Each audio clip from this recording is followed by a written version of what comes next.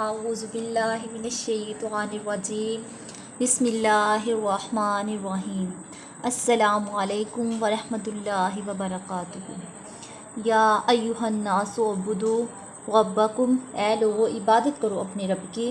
الذی جس نے خلقکم تمہیں پیدا کیا، والذین اور جو تم میں سے من قبلکم ان سے پہلے تھے، لعلکم تتقون تاکہ تم پرہیزگار بن جاؤ۔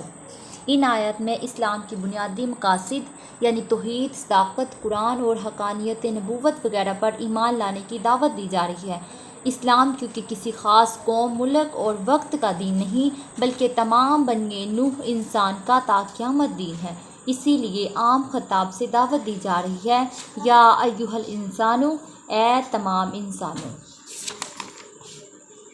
الذی وہ جس نے جعل بنایا لکم تمہارے لیے ارض زمین کو، وہ جس نے تمہارے لیے زمین کو فراشن بچھونا بنایا، والسماء بناء اور آسمان کو عمارت، وانزلنا من السماء ماء اور اتارا آسمان سے پانی، فاخرج پھر نکالے بھی اس سے من الثمرات پھل، رزقا لکم تمہارے کھانے کے لیے، فلا تجعلون پس نہ ٹھہراؤ للہ اللہ کے لیے انداد مد مقابل، وانتم اور تم تعلمون اور تم جانتے ہو۔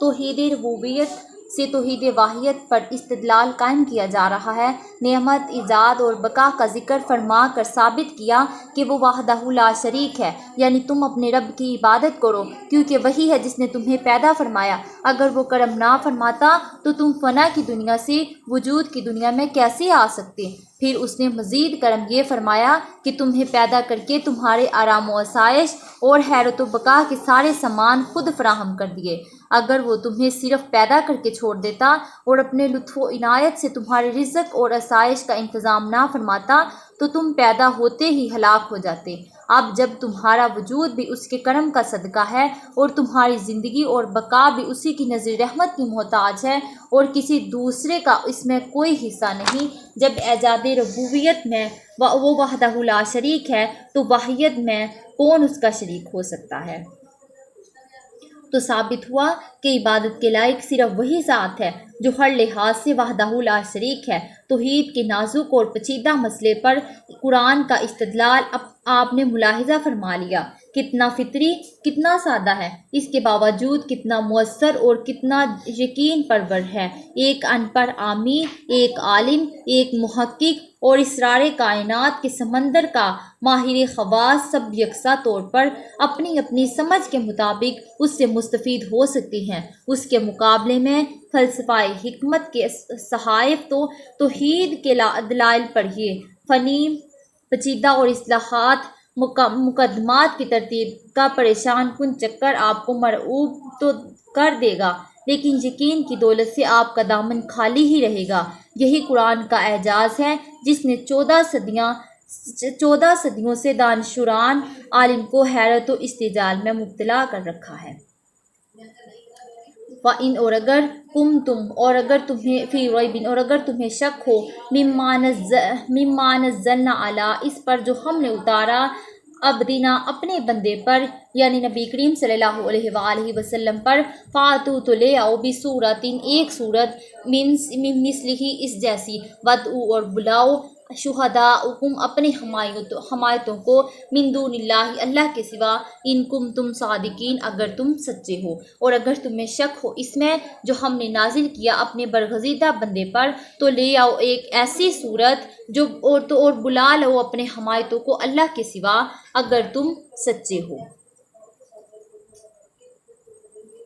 یہ دلیل ہے قرآن کریم کے کلام الہی ہونے اور حضور صلی اللہ علیہ وآلہ وسلم کی رسالت کی۔ یہ چیلنج صرف عرب کے شعراء اور بلغاء کے لیے نہیں بلکہ عرب و عجم کے سب منکرین کو دیا جا رہا ہے۔ اسلام کے دشمنوں کے لیے یہ کتنا آسان طریقہ تھا کہ 3 آیتوں کی ایک صورت بنا کر قرآن کے اس چیلنج کا جواب دے دیتے اور اس طرح قرآن، نبوت اور اسلام کی صداقت اور عظمت کو ایک دم ختم کر کے بیک کرشمہ سا کا منظر دکھا دیتے۔ لیکن 14 صدیاں گزر چکی ہیں، شرک و غرب کے بدخواہ اپنی بے چین اور خواہشوں لگاتار کوششوں کے باوجود اس چیلنج کا جواب آج تک نہیں دے سکے اور نہ قیامت تک دے سکیں گے۔ جیسے قرآن نے پیشن گوئی کر دی ہے کہ اب کسی انصاف پسند ذی ہوش کے لیے یہ ماننے میں انکار کی کوئی گنجائش نہیں رہ جاتی کہ قرآن اللہ تعالیٰ کا کلام ہے، اور جس عبد مقرب صلی اللہ علیہ وآلہ وسلم پر یہ نازل ہوا ہے وہ رسول ہونے کی ایسی دلیل پیش فرما دی جس کے سامنے بڑے بڑے سرکش مخالفوں کی گردنیں جھک گئی۔ فَإِن لَّمْ تَفْعَلُوا، پھر اگر ایسا نہ کر سکو گے، وَلَن تَفْعَلُوا، تو ہرگز ایسا نہ کر سکو گے، وَاتَّقُوا، اور ڈرو، نارو آگ سے، اللاتی جس کا قودھا الناس ایندھن انسان ہے، والحجارۃ اور پتھر ہیں، اعدت للکافرین اور کافروں کے لیے تیار کر رکھی ہے۔ حق واضح ہو جانے کے بعد حق کا انکار کرنے والوں کے لیے جو عذاب تیار کیا گیا ہے، اس کے ذکر کے بعد ان لوگوں کو جو ایمان اور نیک اعمال سے متصف ہیں اللہ تعالیٰ کی سرمدی اور نعمتوں کے مزدے سے خود سند کیا جا رہا ہے۔ حضرت معاذ فرماتے ہیں کہ عمل صالح وہ ہے جس میں 4 چیزیں ہوں: علم، نیت، صبر اور اخلاص۔ نیز اس سے یہ بات بھی واضح ہو گئی کہ جنت کی ابدی نعمتوں کا حقیقی مستحق وہی ہے جو ایمان اور عمل صالح دونوں سے متصف ہو۔ وَبَشِّرِ الَّذِينَ، اور خوشخبری دے دو ان لوگوں کو جو الَّذِينَ آمَنُوا، جو ایمان لائے، وَعَمِلُوا الصَّالِحَاتِ اور نیک عمل کیے، اِنَّ بے شک لَهُمْ ان کے لیے جنت باغات ہے، تجری بہتی ہے، من سے تحتہا نیچے، انہار نہریں، کلما جب روزی کو رزق دیا جائے، منہا ان سے، من سے ثمرات پھلوں، رزقاً اور رزق دیا جاتا ہے، قالو تو کہتے ہیں، ھذا یہ الذی وہ رزقنا جو ہمیں پہلے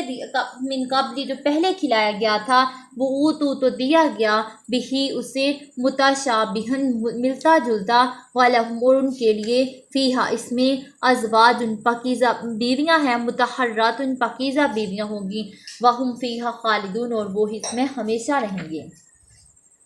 خوشخبری دیجیے انہیں جو ایمان لائے اور کیے اور نیک عمل کیے، اور یقیناً ان کے لیے باغات ہیں، بہتی ہیں ان کے نیچے نہریں، جب کھلایا جائے گا انہیں ان باغوں میں سے کوئی پھل تو صورت دیکھ کر کہیں گے یہ تو وہی ہے جو ہمیں پہلے کھلایا گیا تھا اور دیا گیا تھا، انہی پھلوں کی صورت ملتا جلتا، ان کے لیے جنت میں پاکیزہ بیویاں ہوں گی اور وہ ان میں ہمیشہ رہیں گے۔ یعنی جنت کے میووں کی شکل تو ایسی ہوگی جس سے وہ پہلے سے آشنا ہے، لیکن ان کا ذائقہ اور خوشبو بالکل نرالی ہوگی، یعنی بالکل پاک صاف، نہ جسمانی علائشوں کا وہاں گزر ہوگا، نہ اخلاقی عیوب سے ان کی سیرت کا دامن داغدار ہوگا۔ ان نعمتوں کی بڑی خصوصیت یہ ہوگی کہ وہ عارضی نہیں ہوں گی، بلکہ اہل جنت ہمیشہ ہمیشہ ان سے لطف انداز ہوں گے۔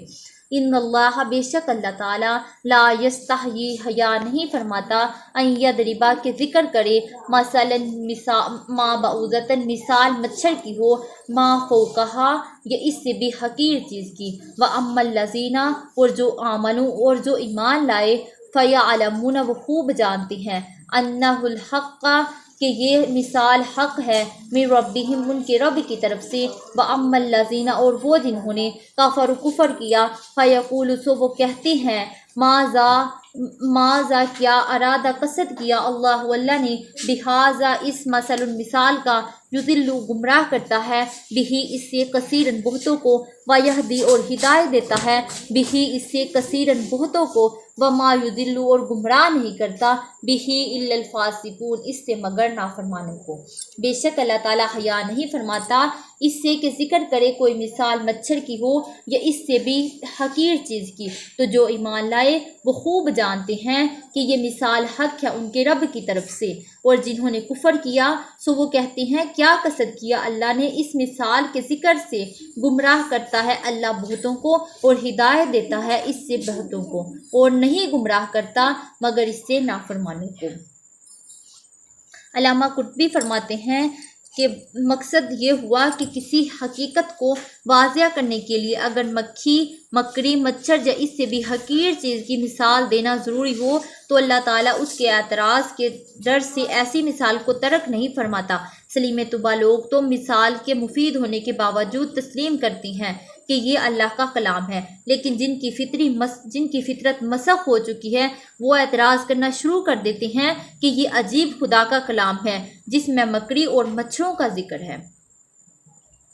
الذین اور جو ینقضون اور جو توڑتے رہتے ہیں عہدہم عہد اللہ اللہ کے عہد کو من سے بعدہم بعد میثاقہم ان کے پختہ ہونے کے بعد ویقطعون اور کاٹتے رہتے ہیں ما امر اللہ اس سے حکم فرمایا اللہ نے ان یوصلہ کے جوڑے ویفسدوا اور فساد مچاتے رہتے ہیں فی الارض زمین میں اولئک هم الخاسرون وہی لوگ نقصان اٹھانے والے ہیں۔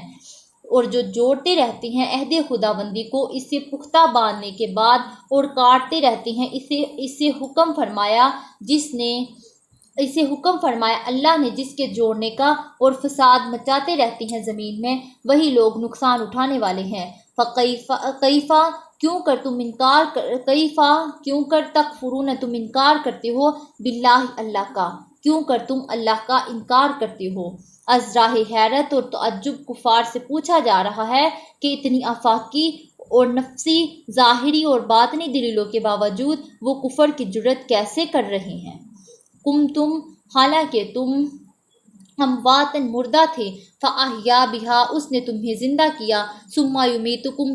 پھر تمہیں مارے گا ثم یحییکم پھر تمہیں زندہ کرے گا ثم الیہ ترجعون اور تمہیں اسی کی طرف پلٹ کر جانا ہے۔ حالانکہ تم مردہ تھے اس نے تمہیں زندہ کیا پھر تمہیں مارے گا پھر تمہیں زندہ کرے گا پھر اسی کی طرف پلٹے جاؤ گے۔ یہاں دو چیزیں قابل غور ہیں۔ پہلے یہ کہ یہاں اللہ تعالیٰ کے انعامات کا بیان مقصود ہے، اور پھر موت کا ذکر کیوں کر کیا؟ اس کا جواب تو یہ ہے کہ کیوں کر یہ موت انسان کو فانی زندگی سے نکال کر ابدی اور دائمی زندگی کی طرف لے جاتی ہے، تو یہ موت ہزار نعمتوں سے بڑی نعمت ہے۔ دوسری قابل غور چیز یہ ہے کہ یہاں دو موتوں اور دو زندگیوں کا ذکر ہے۔ اگر قبر کی زندگی مانی جائے تو 3 زندگیاں اور 3 موتیں لازم آئیں گی، اور یہ آیت کے خلاف ہے۔ تو اس کا جواب یہ ہے کہ ثم یحییکم سے قبر کی زندگی مراد ہے، کیونکہ اس کے بعد ارشاد ہے ثم الیہ ترجعون پھر تم اللہ تعالیٰ کی طرف لوٹائے جاؤ گے۔ یہاں ثم کا لفظ استعمال ہوا ہے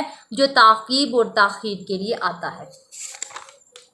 وَهُوَ الَّذِي اور وہی ہے جس نے خَلَقَكُم پیدا کیا لَكُم تمہارے لیے ما جو فی الارض زمین میں ہے جمیعاً سب کا سب، وہی تو ہے جس نے پیدا کیا تمہارے لیے جو کچھ زمین میں ہے سب کا سب۔ ثم استویٰ اور پھر توجہ فرمائی الی السماء آسمان کی طرف فسواہن تو ٹھیک ٹھیک بنا دیا 7 سماوات انہیں 7 آسمان وہو اور وہی ہے بکل شیء علیم اور وہ سب کچھ خوب جانتا ہے۔